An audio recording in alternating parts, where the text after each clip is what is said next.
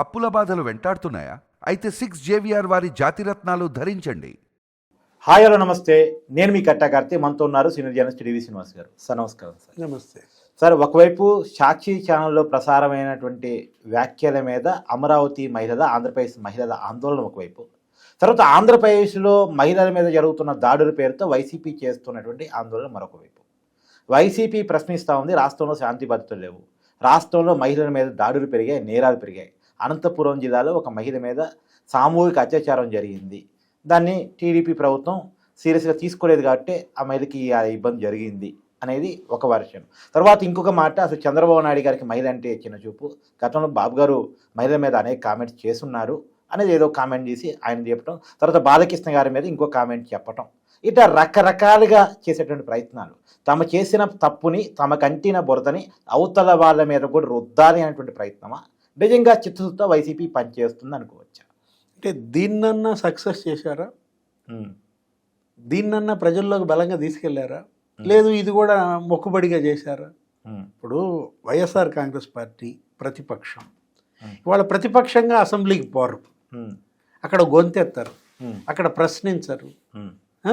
11 మంది శాసనసభ్యులను ప్రజలు గెలిపిస్తే ఒక్కడెళ్ళాడా అసెంబ్లీకి? ఇప్పుడు ఈ సంవత్సర కాలంగా వాళ్ళ పనితీరు ప్రతిపక్షంగా ఏంటి, ఒక 5 ఆందోళనలు 4 ఆందోళనలు పిలిపించారు. రైతులు పోరు అన్నారు, లేకపోతే కరెంటు పోరు అన్నారు, లేకపోతే ఫీజు పోరు అన్నారు. ఒక్క దాంట్లో నా జగన్మోహన్ రెడ్డి పాల్గొన్నాడా? బేసిక్గా ప్రజలు కూడా రిసీవ్ చేసుకోలేదు కష్టాలని. అంటే ఇవాళ తిరస్కరించబడిన పార్టీ, రిజెక్టెడ్ లీడర్స్. అప్పుడు అధికారంలో ఉన్నప్పుడు విఫల ముఖ్యమంత్రి, ఫెయిల్యూర్ సీఎంగా, ఇప్పుడు ప్రతిపక్షంలో విఫల ప్రతిపక్ష నాయకుడిగా. అంటే హోదా లేకపోవచ్చు. మొన్న ఆ పార్టీ ఇచ్చినటువంటి వెన్నుపోటు దినోత్సవంలో సాక్షాత్తు పిలిపించిన నాయకుడే లేడు, జగన్మోహన్ రెడ్డి గారు లేరు. అంటే వెన్నుపోటు దినానికే వెన్నుపోటు పొడిచాడా? ఇప్పుడు తల్లికి వెన్నుపోటు పొడిచాడు, చెల్లికి వెన్నుపోటు పొడిచాడు, లేకపోతే ఎమ్మెల్యేలకు వెన్నుపోటు పొడిచాడు, లేకపోతే మంత్రులకు వెన్నుపోటు పొడిచాడు, అసలు పార్టీకే వెన్నుపోటు పొడిచాడా? జగన్మోహన్ రెడ్డి రాజకీయం చేద్దాం అనుకుంటున్నాడా, వదిలేద్దాం అనుకుంటున్నాడా?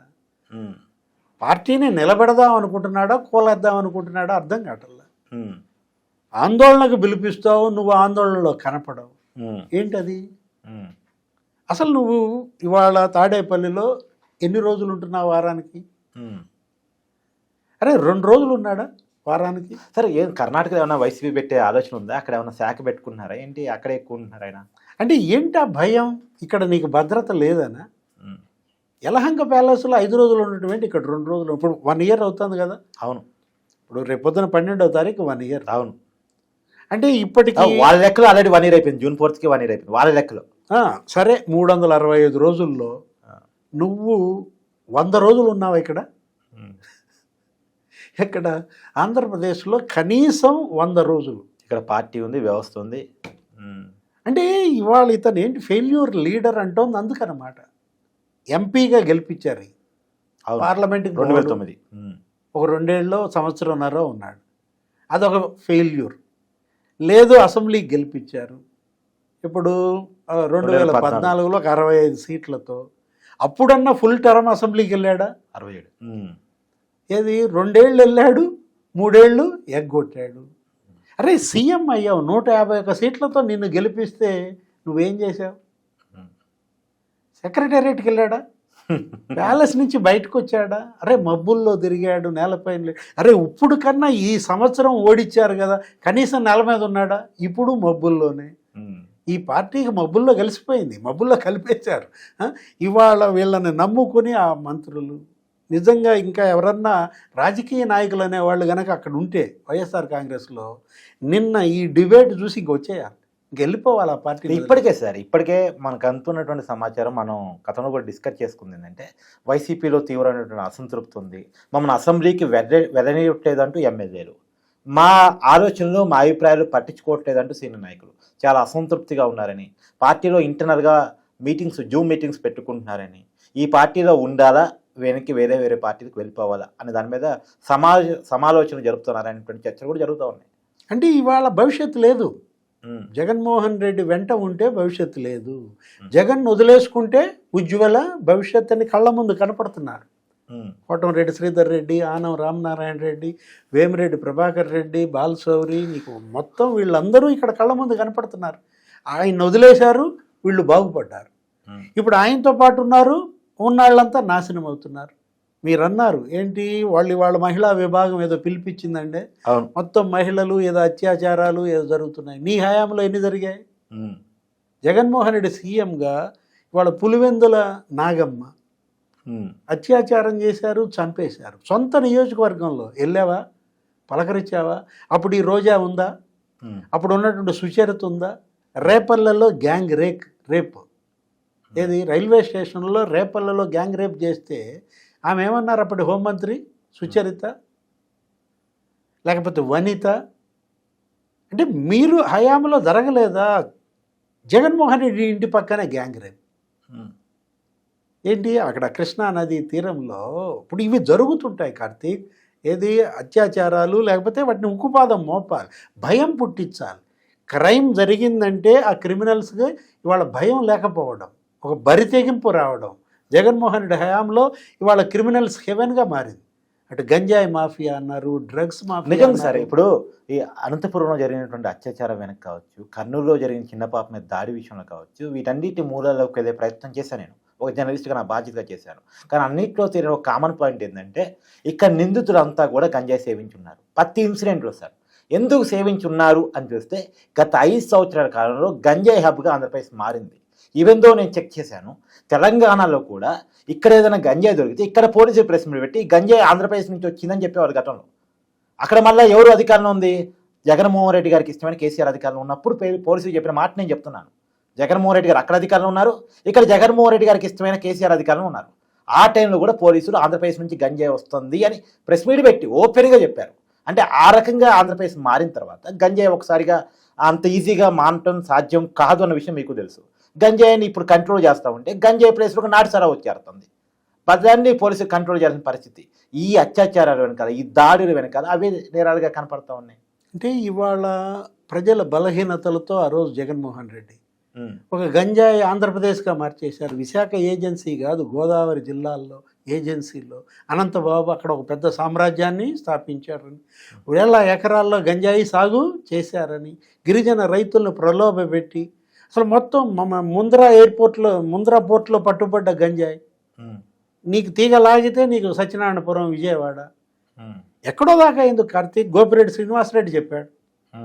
వినుకొండలో మొన్న మర్డర్ జరిగింది, రౌడీ షీటర్ ఇంకో రౌడీ షీటర్ని చంపితే గోపిరెడ్డి శ్రీనివాసరెడ్డి ఏమన్నాడు? గంజాయి మత్తులో ఒకడిని చంపపోయి ఇంకోటిని చంపాడు ఆ సన్నాసి అన్నాడు. అబ్బా, అంటే గంజాయి మత్తులో మర్డర్స్, గంజాయి మత్తులో రేప్స్. ఇక్కడ అనంతపురంలో మీరు అన్నది రేపు అత్తా కోడలు, అవును అత్తా కోడలు, గంజాయి. ఇప్పుడు తెనాల్లో మనం చూసాం, అది గంజాయి మాఫియా. వాళ్ళు నలుగురు, ఎవరు? ఆ లడ్డు, సముద్రాల పవన్, కూడా వాళ్ళని కొడితే జగన్మోహన్ రెడ్డి అక్కడికి వెళ్ళి వాలాడు. అదే, అవును అవును. అరే ఇవాళ జగన్మోహన్ రెడ్డి ఏంటి అక్కడికి వెళ్ళి ఏం చేశావు అని వాళ్ళ కుటుంబాలను పరామర్శిస్తావా? అంటే చంపుకున్న రౌడీ షీటర్లు వాళ్ళ కుటుంబాన్ని పరామర్శిస్తాడు. లేకపోతే ఈ చైన్ స్నాచర్స్, అలియాస్ కిల్లర్ అంట, నవీన్ అలియాస్ కిల్లర్, వాళ్ళ కుటుంబాన్ని పరామర్శిస్తాడు. వాళ్ళను జూనియర్ అడ్వకేట్ అంటాడు, జాన్ విక్టర్ జూనియర్ అడ్వకేట్ అంటాడు. అంటే జగన్మోహన్ రెడ్డి అతని మెసేజ్ ఇస్తున్నాడు తన పార్టీకి, తన కార్యకర్తలకి, శ్రేణులకి. ఇవాళ ఈ మహిళలు, ఈ రోజా, లేకపోతే వరుడు కళ్యాణి, ఇప్పుడు ఎవరైతే ఇవాళ రోడ్ల మీదకి వచ్చారో, ఈ ప్రభుత్వం ఏదో హోమ్ మినిస్టర్ రాజీనామా చేయాలంటున్నారు. గతంలో హోమ్ మినిస్టర్లు రాజీనామాలు చేశారా? ఒకసారి మీరు ఆత్మవిమర్శ చేసుకోవాలి కదా. అప్పుడు గంజాయి పైన మీరు ఎలా చర్యలు తీసుకున్నారు? ఇప్పుడు ఈ ప్రభుత్వం ఏడాదిలో ఈగిల్ పెట్టింది, అవును, ఒక మంత్రివర్గ ఉపసంఘం పెట్టింది. ఆకే రవికృష్ణ మొత్తం దాడులు ముమ్మరం చేస్తున్నాడు. 450 మంది సిబ్బందిని అతనికి ఇచ్చారు. అవినిగడ్డలో కూడా మనం చూసాం. అసలు మామూలు మెడికల్ షాపుల మీద కూడా వాళ్ళు రైడ్స్ చేస్తారు. ఇక్కడ కీలకమైన అనుమానం ఏంటంటే సార్, నేర సామ్రాజ్యాన్ని పార్టీయే పెంచి, వైసీపీయే పెంచి ఆంధ్రప్రదేశ్లో నేరాలు చేపించి, మళ్ళీ ఆ నేరాల మీద వైసీపీ ఆందోళన చేసి ఒక సామాజిక విద్రోహానికి ఏమన్నా పాల్పడుతుందా అని మనల్ని కూడా చాలామంది సామాజికవేత్తలు లేవనెత్తా ఉన్నారు. ఎందుకంటే ఈ ప్రభుత్వాన్ని కూలదోయటానికి ఇంకేం ఆప్షన్ లేదు. అభివృద్ధి మీద మాట్లాడే పరిస్థితి లేదు. సంక్షేమం మీద 4 రోజులు మాట్లాడతారు, పథకాలన్నీ స్టార్ట్ అయిన తర్వాత నోళ్ళు క్లోజ్ అవుతాయి. ఇంకేం విషయం మాట్లాడాలి? ఏదో ఒక విషయం మాట్లాడాలంటే ఈ శాంతి భద్రతలో మహిళలు ఇష్యూస్ పట్టుకోవాలి అనే కారణం చేత మహిళల మీద వైసీపీ నేర సామ్రాజ్యాన్ని పెంచి పోషించి వాళ్ళకి అండగా ఉండి ఇలాంటివి ఏమైనా చేపించే అవకాశం ఉందా అని ఒక అనుమానం. అంటే భయపెట్టడం, ఇది ఇవాళ డిస్టర్బెన్స్ క్రియేట్ చేయటం, లా అండ్ ఆర్డర్ని డిస్టర్బ్ చేయడం. వీళ్ళు రోడ్లు ఎక్కడం వల్ల ఏంటంటే ఈ ఉద్యమాలు లేకపోతే ఈ ఆందోళనలు లేకపోతే ఆ డిబేట్లు రెచ్చగొట్టడం ఏది మహిళల్ని. అంటే ఎలా అయినా సరే ఈ ప్రభుత్వాన్ని డిస్టర్బ్ చేయాలి, ఈ క్యాబినెట్ని డిస్టర్బ్ చేయాలి. ముఖ్యమంత్రి ఇవాళ అభివృద్ధిపై కాన్సన్ట్రేట్ చేశాడు చంద్రబాబు, నిధులు కేంద్రం నుంచి తీసుకొస్తున్నాడు పెద్ద ఎత్తున 3.5 లక్షల కోట్లంట ఒక్క సంవత్సరంలో కేంద్రం నుంచి వాళ్ళ ఆంధ్రప్రదేశ్కు తీసుకొచ్చినటువంటి లేదు ఆ ప్రైవేటు పెట్టుబడులు కానీ ప్రభుత్వ నిధులు కానీ 3.5 లక్షల కోట్లంట. నువ్వు తెచ్చావా? నువ్వు 3.5 లక్షల కోట్ల అప్పుల్లో ముంచావు, వాళ్ళు 3.5 లక్షల కోట్ల ఇన్వెస్ట్మెంట్స్ తెచ్చారు. అంటే ఇవాళ అభివృద్ధి జరుగుతోంది, సంక్షేమం అందిస్తున్నారు, మరోవైపు అరాచక శక్తులను అణిచేస్తున్నారు. ఏది కేసులు పెడుతున్నారు, అరెస్టులు చేస్తున్నారు, జైల్లోకి పంపిస్తున్నారు.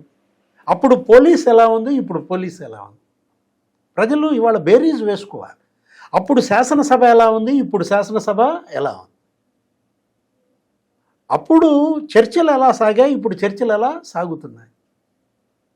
ప్రభుత్వ పాలన, ముఖ్యమంత్రిగా జగన్మోహన్ రెడ్డి పనితీరు, ముఖ్యమంత్రిగా చంద్రబాబు పనితీరు ప్రజలు ఇవాళ చర్చిస్తుంటే ఆ ప్రజల దృష్టిని మళ్లించడం కోసం డైవర్షన్ పాలిటిక్స్ చేస్తోంది ఎవరు? జగన్మోహన్ రెడ్డి, ఆయన పార్టీ. వీళ్ళేమంటారు?